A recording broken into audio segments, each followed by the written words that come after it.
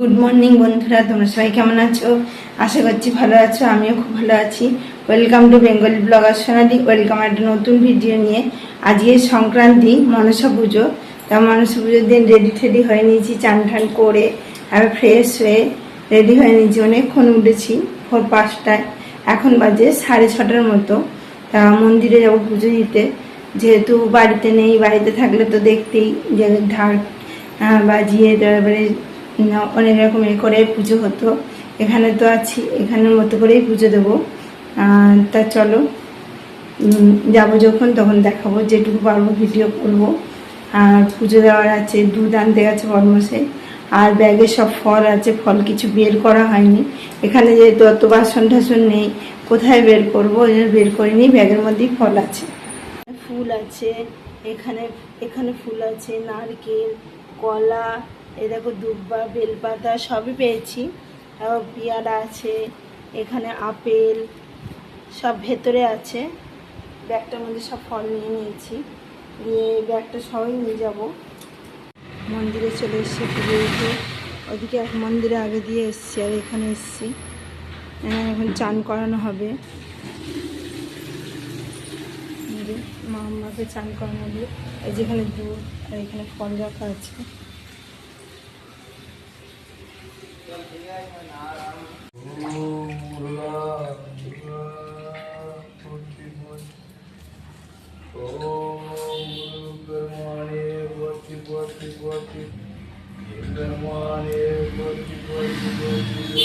মন্দিরে চলে এসেছি, এসে সব ঠাকুরকে চান ঠান করালাম। গণেশ, নারায়ণ, তারপরে কার্তিক, ওদিকে শ্রীকৃষ্ণ, সব ঠাকুরকে চান করে এখন বসে আছি। আর মা মনসাকে চান করানো হচ্ছে। চান করানোর পর তারপর পুজো আরম্ভ হবে। যে দেখালাম, দুধ দিয়ে চান করানো হবে। আমরাও চান করেছি, ঠাকুরমশাইও চান করেছে। আর মন্দিরের ভিউটা দেখো ঠিক এরকম। এখানে চান করানো হচ্ছে। আর এই যে গণেশ বাবাকে চান করিয়েছি, আর এই যে গণেশ ঠাকুরের কাপড় নিয়ে রয়েছে দাঁড়িয়ে। আর এখানে নাগমাতা চান করছে, বাথরুমের মধ্যে পর্দা দিয়ে দিয়েছে, কাউকে দেখতে নেই। আর এখানে কাপড় নিয়ে রেখেছে কার্তিক ঠাকুরের। আর ওদিকে হচ্ছে শ্রীকৃষ্ণ ঠাকুরের চান করিয়ে এসেছি। সব নারায়ণ ঠাকুর, এই যে সব নারায়ণ ঠাকুর, মানে সব নারায়ণ। এই ঠাকুরগুলোকেও সব চান করিয়েছি। এনে বড় নারায়ণ ঠাকুর।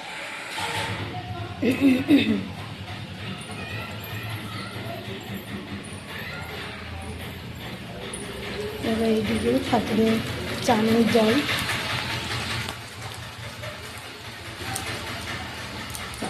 এখানেও আম্মা আছে, এখানে আম্মাদের চান করিয়েছি, দেখতে পাচ্ছ আম্মা। আর এখানে আছে কৃষ্ণ, এখানেও আম্মা আছে, মা মনসা আম্মা। এখানে নিম গাছেও পুজো হয়, দেখো বড় নিম গাছ। ঠাকুর সাজুগুজু করেছে, ওদিকে নারায়ণ করেছে, এদিকে গণেশ, আর এদিকে দেখো কার্তিক ঠাকুর, সবাই সাজগোজ করেছে। আর এদিকে আম্মা এখনো সাজগোজ হয়নি, পুরো সাজগোজ হয়ে গেলে তোমাদের দেখাবো।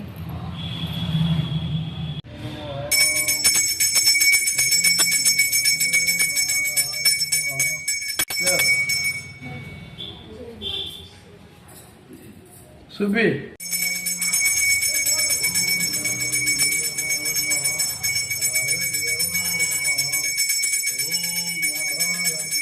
মনসা ঠাকুরের দেখতেই পেলে পুজো দিয়ে এসছে ঘরে। তারপর একটু প্রসাদ খেলাম, প্রসাদ খেয়ে রান্না চাপিয়েছি। আজকে তো জানোই যে পুজোর দিন আমরা নিরামিষ খাই। আর তা চলো নিরামিষ কী কী বানাচ্ছে খিচুড়ি, আর এখানে নারকেল ভাজি চাপিয়েছি, ফোড়ন দেবো। এর মধ্যে ধনে পাতা, শুকনো লঙ্কা, গোটা জিরে দিয়ে দিয়েছি। এবার এই নারকেলটা ভেজে দিয়ে দেবো। আর করবো একটু আলুর দম। আলু কাটা হয়নি, এখনও কাটবো। খিচুড়িটা ফোড়ন দিয়ে তারপর আলুটা রেডি করবো। তা এরকম ভিডিও দেখতে কেমন লাগছে অবশ্যই কমেন্ট করে জানাবে। আর পুজো দিতে পারিনি তো কী হচ্ছে, যেখানে আছি সেখানেই পুজো দিয়েছি আর দেখালামও। আর খুব সুন্দরভাবে পুজো দেওয়া হয়েছে। ঠাকুরমশাইও খুব ভালো দিয়ে উনি প্রসাদ দিলেন, সেই প্রসাদ ঘরে এনে কেটে খেলাম। এখানে কোনো কেটে ফল নয়, গোটা গোটা দিতে হয়। একদিকে আমার ভালো হয়েছে, ওখানে তো প্রচুর খাটনি হয়, এখানে একটু কম হয়েছে। আর একটু কম অনেকটাই কম হয়েছে। ঠাকুরমশাই সব রেডি করে নিয়েছে, আমি শুধু এগিয়ে দিয়েছি।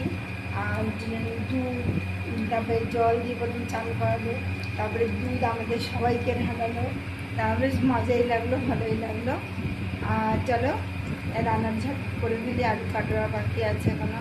এখানে পাঁপড় ভাজা সব রেডি হয়ে গেছে। আর এখানে খিচুড়ি ছেলে একটু খেলো, এগুলো খুব সুন্দর হয়েছে দেখলে। আমিও একটু টেস্ট করেছিলাম, দারুণ হয়েছে। আর এখানে দেখো মশলা রেডি করে নিয়েছি আলুর দমের জন্য। এখানে টাইমের মটরশুঁটি দিয়ে আলুর দম বানাচ্ছি মনসা পুজোর।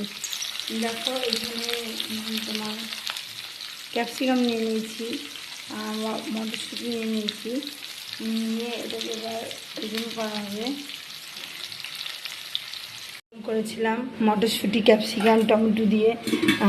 খিচুড়ি শেষ হয়ে গেছে, এখন এবেলা চাটনি আর এইটুকু আলুর দম আছে। তাই এবেলা করছি লুচি। এই যে লুচি, এখানে একটু সুজি করেছি, কিছুটা লুচি বেলা করা বাকি। আর এখানে মটর সিদ্ধ করে রেখেছি, এটা চানা মশলা হবে।